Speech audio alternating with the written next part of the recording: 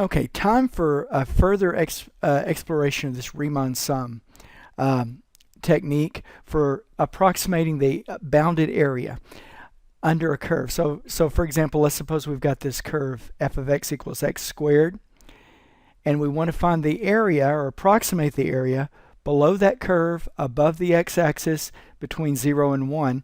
And let's suppose we want to do this using 5 rectangles. So we start off with the left sum, where every rectangle here touches the curve at the left. So we have a left corner here touching the curve for each one of these rectangles. Now, if we want to talk about that area, if we add up the area of each one of these rectangles, notice that this is kind of an abbreviated way to write it with summation notation. Notice that the first rectangle at 0, because we're doing f of x equals x squared, f of 0 would be 0, so it has no height. But if we wanted to look at these rectangles, this first one would be f of 0 times 1/5, right? Now if you look at this next rectangle, what is it? The height is f of 1/5.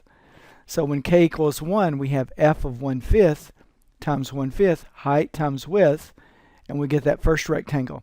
Then when k equals 2, we get this rectangle, and so forth.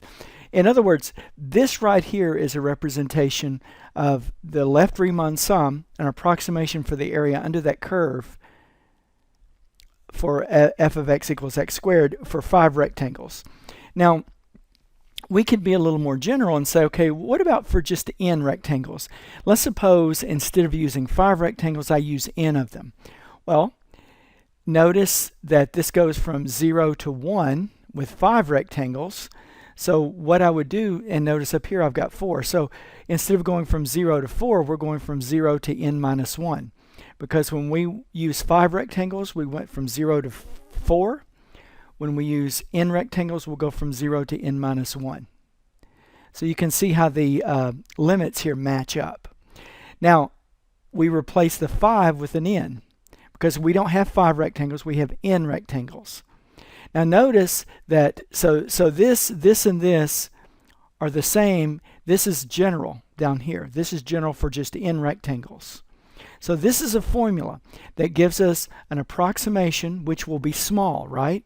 The real area under this curve is going to be larger than this. Okay, that's the left sum. So let's keep that in mind. Now let's look at the right sum. Here, we're still going to use 5 rectangles, but now our estimation is going to be too large. It's going to be an overestimate. And the right sum would look like this. Notice that we start at 1 because f of 1/5, that's the height of our first rectangle. So when we have f of 1/5 times 1, that's then going to be this first rectangle, this height, times 1/5. And we go on until we get to k equals 5. And notice then what we have. We have f of 1/5 of 5, which is f of 1, which is right here, times 1/5. And that would be this last rectangle. So the general way to write that would be this way. Replace the 5 with an n. Replace the 5 with an n every place. So here we have a left Riemann sum, which is too small, a right Riemann sum, which is too large. And now, let's take a look at something here. Let's look at, let's go to Desmos. And what I've done is I've put the left, a formula for the left sum here.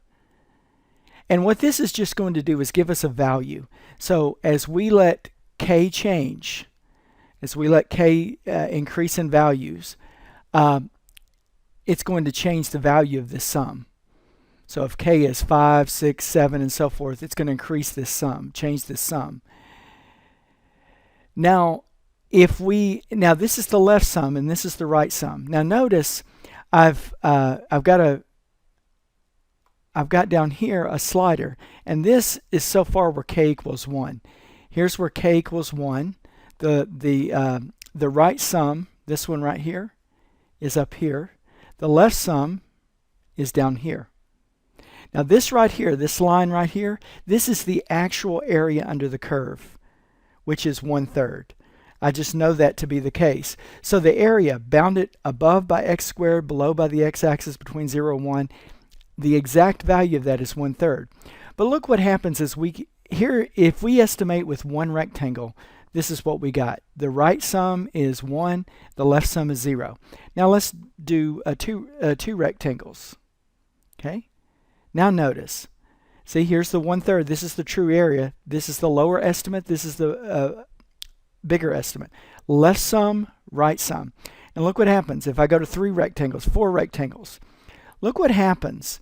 As I increase the number of rectangles, the left sum and the right sum approach the true area, which is 1/3. So we can animate this. And you can see as we go through here, let me animate it. Okay? So as we increase the number of rectangles, notice how our left sum and right sum sandwich in that true area. So this gives us an idea how we're going to define a calculus operation that will indeed give us the exact area. It's going to be a limit. It's going to be a limit of these Riemann sums. Now notice, because notice as we approach from above, as we approach from the below, we get the same thing. See? And that reminds you of limits. As we approach from the left and right, if the left-hand limit and the right-hand limit get to the same thing, then we say, okay, that's the limit. So you can see that the integral, the definite integral that we're going to define later, is going to have something to do with this left and right sums. And notice as we increase the number of rectangles, we get closer and closer to the true area. See? Look. See? There it goes. Yeah, that's it.